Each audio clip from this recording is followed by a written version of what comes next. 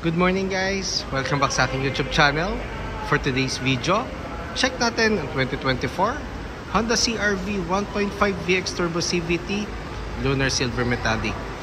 Guys, ito yung all-wheel drive variant ng ating Honda CR-V. Ang kanyang price is 2,280,000 pesos. So tour ko na kayo ngayon sa ating featured unit for today. Guys, ito yung 6th generation ng ating Honda CR-V. So, na-launch siya last October 2023. So, normally, mga 8 months pa lang siya sa market.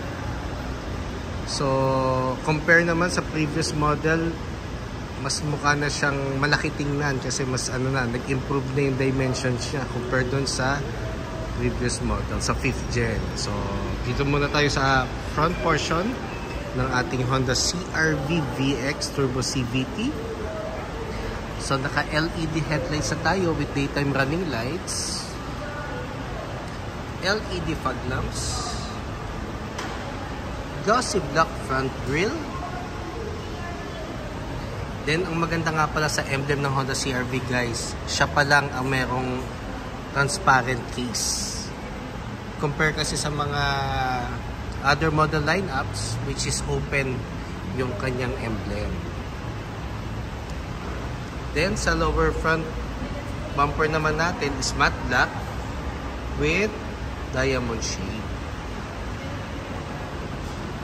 So, guys, equipped na nga rin pala ito ng Honda Sensing. Then, ang maganda dito, guys, kung mapapansin nyo yung fog lamps, meron siyang garnish na connected dito sa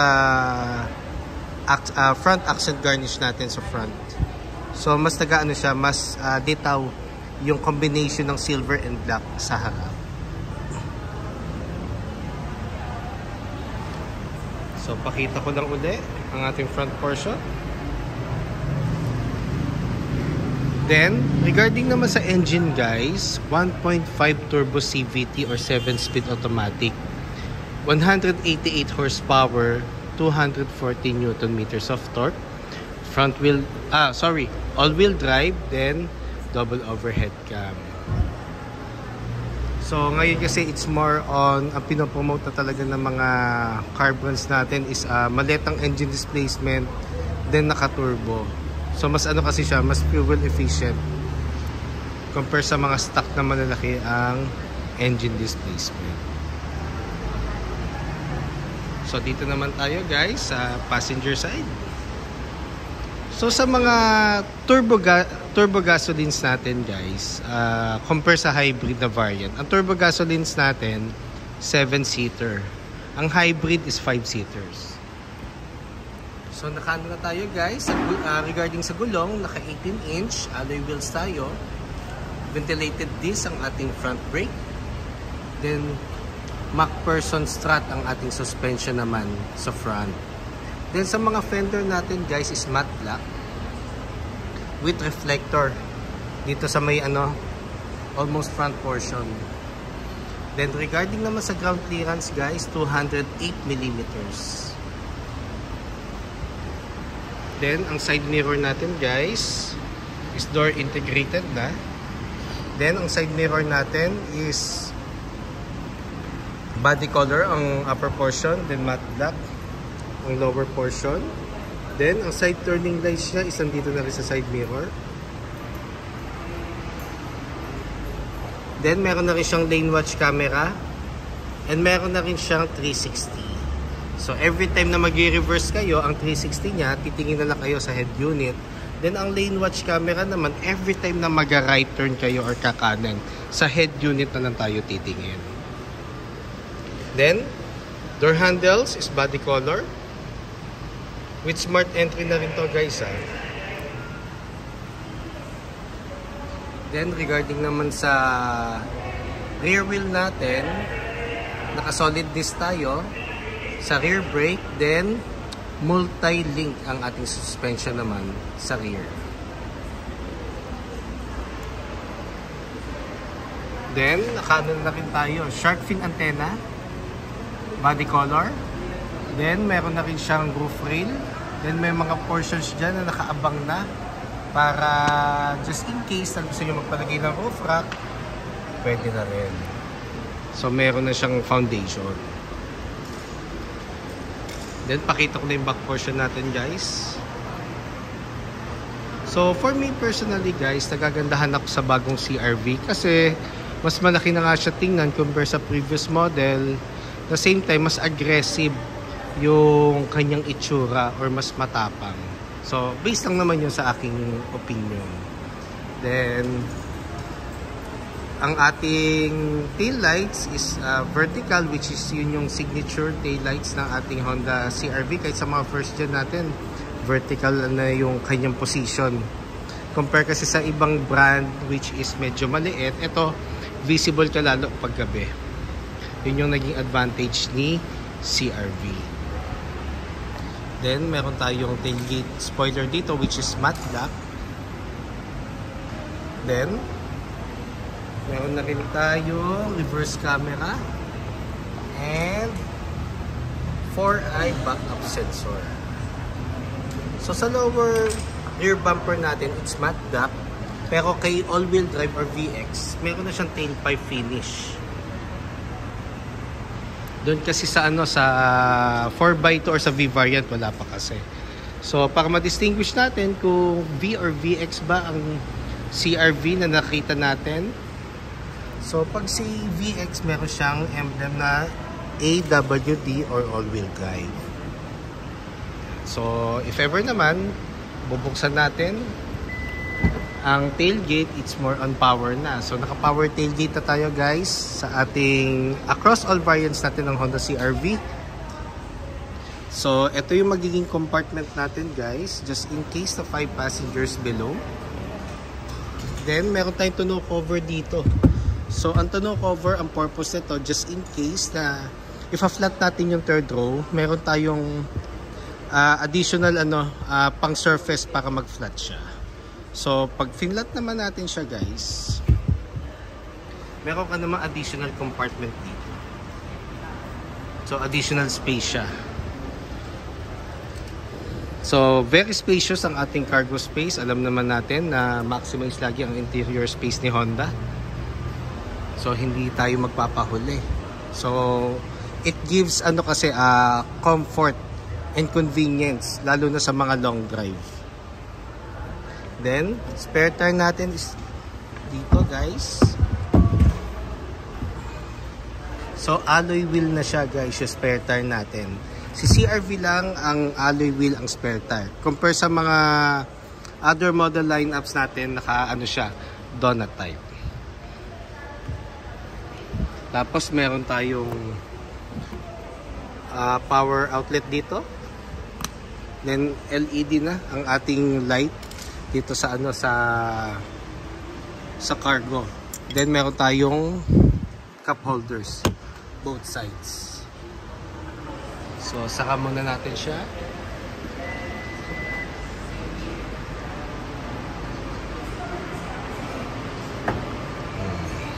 So dito naman tayo sa driver side. Actually, guys, na-drive ko na to personally. Very responsive ang kanyang accelerator or yung kanyang gas pedal. So, underpower ba? Hindi. Hindi siya underpower. Kahit mga uphill, kayang-kaya ng ating Honda CR-V. Regarding naman fuel tank capacity, guys, 57 liters. So, minimum octane is unleaded. Pero kung ang preferred gasoline nyo is higher octane like 93, 95, or 97 octane, kailangan yun lang ang gagamitin natin. Consistent all the way. Para hindi siya magkaroon ng effect sa engine. So dito naman tayo, guys, sa second row. So dito muna tayo sa door panel natin. So sa door panel natin, guys, urethane texture. Then wood accent and glossy black finish to give you the premium interior look. Then sa armrest naman dito sa may door panel, meron siyang leather with gray stitches. So dito naman tayo sa seats natin. So full genuine leather na ang ating material regarding sa seats. Then adjustable ang mga headrests.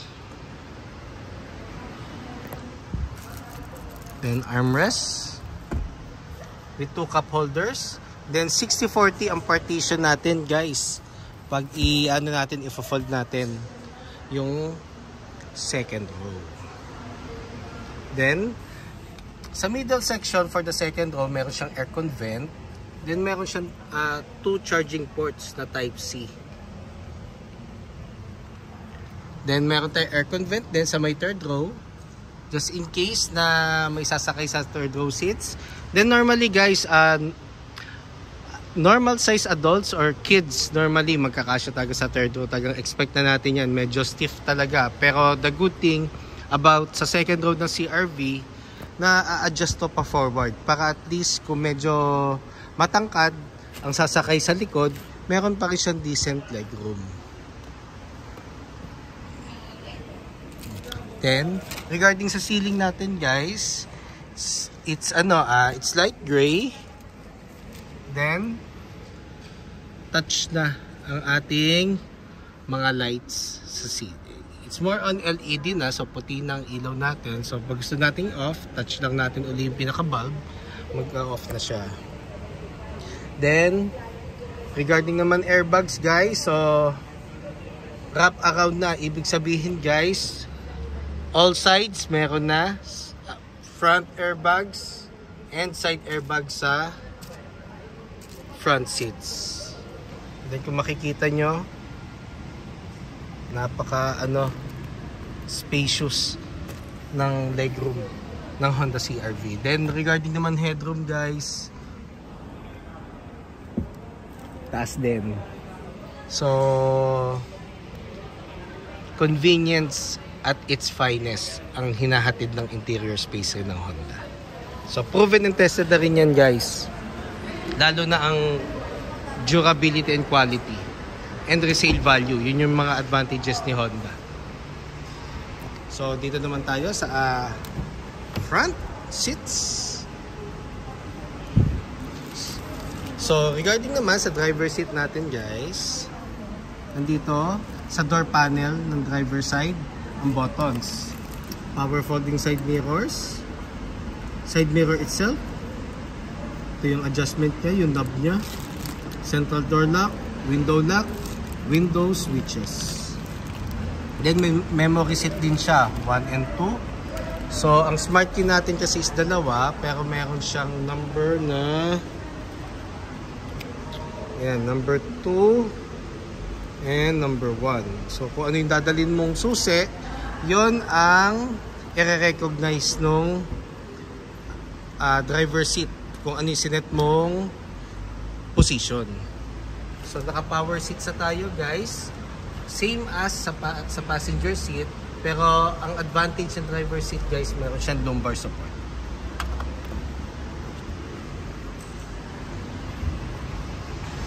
So dito naman tayo sa harap guys.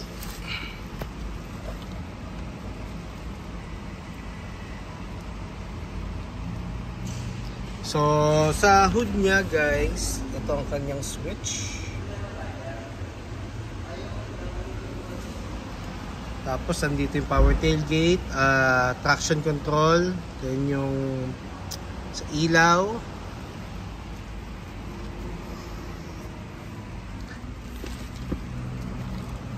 Saka ko lang guys. So pag pumasok tayo guys, meron tayong welcome symbol ng Honda dito sa panel natin. Then ang ating steering wheel guys, ano na siya, leather cover na with gray stitches. Then audio control with hands-free telephone assist, Honda sensing and adaptive cruise control, paddle shifters, then for the headlights and fog lamps, for the wipers, push start button na siya guys. So pag push start button, kailangan ang smart key is nasa loob, then aapakan muna natin yung preno or brake bago natin start. Kasi pag hindi natin inapakan yung preno at pinress mo yung start button, magna-notify lang siya na kailangan apakan mo muna yung brake para mag-on yung engine. Then touchscreen audio unit with Apple CarPlay, Android Auto Ready, wireless na siya guys. So same siya ng Honda City natin na wireless na rin. Then ang aircon vent niya nga pala guys is similar sa Honda Civic. So it's more on honeycomb na ang shape ng ating aircon vent. Then hazard, then wood accent panel hanggang dun sa kabilang side, which is ito rin yung isa sa mga identity kung gusto mo malaman kung V or VX or kung 4x2 or 4x4 yung Honda CR-V mo. So pag naka wood accent panel ka guys, then light gray ang ceiling, automatic VX variant yon. Then aircon buttons natin is rotary knob, which is a good thing. Binalik nila sa manual, hindi man manual, pero iba pa rin kasi ang feeling pag sa sarili mo na adjust mo yung aircon. Mahirap din kasi pag touchscreen. So possible ma-distract ka pa habang nagde-drive ka. So mas maganda yung yung nararamdaman mo.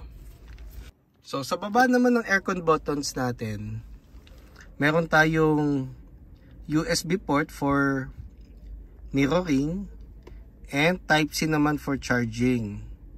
Meron din tayong power outlet. Then meron tayong wireless charger port, which is very normal feature sa mga high-end units, even within other brands. Then ito yung ating shift knob, which is naka-leather na. Then with gray stitches. Then glossy black ang ating symbols ng transmission. So meron tayong park, reverse, neutral, drive, and sports mode. Then meron tayong icon button. So it promotes fuel efficiency. So mas gagamitin natin siya pag city driving at di ka naman nagmamadali. Pwede mo siyang i-on. Then hill descent control. Purpose ito is pabagalin niya yung gulong pag masyadong steep ang bababaan nyo or yung downhill para hindi na kayo gagamit ng brakes. So normally mga 3 to 5 kilometers per hour ang takbo nyo. Then eventually pag bumalik ka na sa flat na daan or flat terrain, automatic magdi-disengage siya. Yun yung maganda kay hill descent control feature, which is si HR-V and CR-V pa lang ang meron. Pero in the near future, possible baka na rin yan, implement na rin yan sa lahat ng model lineup. Kasi isa sa mga safety feature yan eh. Electronic park brake. So gagamitin lang natin siya pag magpa-park na matagal or off na natin yung engine. So pag gusto mo siya activate, pull up. So iilaw siya. Pag gusto mo siya i-release, apakan mo yung brake, then press down. So hindi ko na siya kasi nga handbrake ko na. Then brake hold, ito yung magiging handbrake mo pag stop and go ka sa traffic. Like yung ganito. So kung ganyan ang makikita mong condition, ang gagamitin mong handbrake is itong brake hold. So may lalabas dito na symbol sa panel natin na letter A na may circle na color green tsaka brake hold na color green din. It means activated na siya, so pwede mong bitawan yung brake. So may two types ka para i-disengage yun. It's either apakan mo uli yung gas pedal, automatic a-under ka, pero every time na mag-i-stop ka, mag-a-activate siya. Kumbaga lagi siya naka-standby, or ima-manual off mo siya. 2 cup holders. Then meron tayong napakalaking armrest, which is leather and texture. Lakas maka-sosyal. Then glove box. So So sa glove box guys, ang pwede mong lagay dyan is yung mga cords, then coin purse, car cents, then normally candies. Just in case lagi kayo magbabaon ng candy or something sweet na hindi agad na tutunaw. Para at least pag inaantok kayo habang nagda-drive, meron kayong way para malabanan nyo yung antok. Then passenger seat, dashboard, which is actually it's more on combination siya ng basic look pero meron siyang a touch of premium design, which is nagko-complement siya sa interior ng natin ng Honda CR-V. Glove box. So sa glove box guys, owner's manual, warranty booklet, ORCR na hindi expired, and hard copy na insurance policy just in case na meron kayong hard copy. Pero normally kasi more on soft copy na ang pinopromote ng mga insurance company. Para at least nga naman, pag na-misplace mo yung hard copy, pwede mo na siyang balikan or i-backtrack sa email mo. Then sa taas naman guys, meron tayong shade na lagyanan. Then LED na ang ating map light. Then visors. So sa visors natin guys, meron na rin siyang mirror with light. Same dito sa passenger seat. So guys, hopefully magkaroon na kami ng test drive unit na CR-V para at least just in case na gusto nyo magpabook ng test drive, ma-schedule na natin yan. So for today's video guys, yun lang muna. So just in case na may concerns kayo regarding low down payments, bank purchase orders or cash transactions, even service appointments or parts inquiries, assist ko kayo dyan. Bank partners namin dyan na gusto kami mag-bank display, goods kami dyan. So you can contact me guys at 0906-386-8937 or visit me at 141 Quezon Avenue, Quezon City, and look for me, Ross Oliver Cruz, ang inyong friendly sales executive here at Honda Cars Quezon City, providing a hassle-free transaction to all customers since 2016. And kindly subscribe na nga rin pala sa aking YouTube channel para maging updated sa mga susunod na videos. And pa-support lang sa aking YouTube channel. And pa-follow na rin sa akin guys sa Facebook. So pwede rin sa personal account ko, Ross Oliver Cruz, or sa aking Honda Cars page na Honda Cars Quezon City Best Deals by Ross Oliver Cruz. So guys, yun lang, and looking forward to meet you here at maabutan ko kayo na malaking susi na Honda Cars Quezon City. So more power to you, and salamat sa lahat ng sumusuporta. Thank you and God bless.